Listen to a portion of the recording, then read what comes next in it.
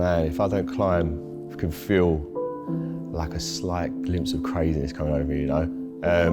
The physical release, the mental focus that it requires. You know, at the moment, I'm having a very stressful life. I think everyone is, but it just zones you in when you're climbing that you can just not think about anything else around you, because all you're thinking about is, how do I get to that next hold? Or why am I falling off? What am I not doing right? So for me, however long my session may be, it's just pure freedom, like frees the mind. It's meditation somewhat, so yeah, everything to me really at the moment, yeah.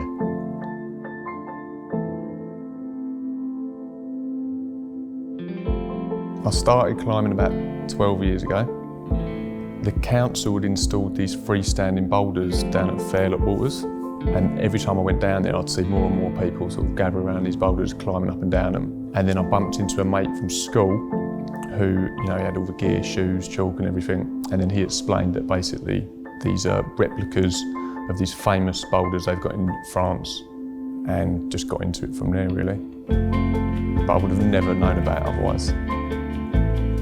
The thing that got me into climbing, I would say it's Max. Yeah, I'd come back from a couple of years travelling, and he said, "You've got to come down my lane and try this new sport." Instantly, I was like, this is the one. So straight away, bought the shoes, bought the harness, and that was it, man. It's like from then on, it's just hooked.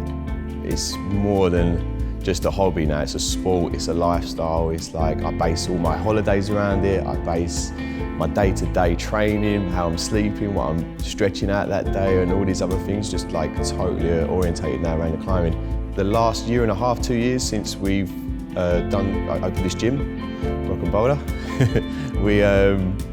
it's totally changed my life, man. It's like I've gone way deep into it now. I mean, I used to watch a lot of Chris Sharma videos when I first got into the sport, and he just seemed cool, you know. He was like a California guy, screaming, dynos, top off, always just doing cool shit. But lately, you know, there's so many talented climbers out there. You can just go on Instagram and just get lost amongst them. I think climbing makes me feel alive, and I know that's like a real cliche thing to say, but you're generally not worrying about anything else when you're on the wall, whether you're bouldering or sport climbing. You're just thinking about the next move constantly. I mean, I love it. I've been in love with it since I started it 10 years ago. And I think that a lot of people fall in love with that aspect of the sport, that you can really switch off and just focus. I also feel like it's quite a meditative sport. Like you really do switch off and focus on nothing but the problem in hand, which in today's day and age, I think it's quite important to be able to sort of forget everything else that's going on. Indoors, outdoors, it can all be dangerous, you know. That's why we have safety mats in here. We have to give briefings and like inductions on how to climb safely, be aware of your surroundings. Obviously the outdoors, you've got the different elements of the fact that you're trusting the equipment that's been bolted to the rock.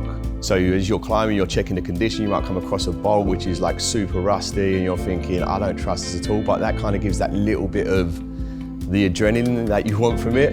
There is danger, there's obviously possible death involved, you know, but I think it's one of them cases where you got to find a good partner that you trust, and it's all just fun, you know. You got your safety helmets and things like that to keep you in certain realms of safety, but it's as dangerous as you make it, let's say.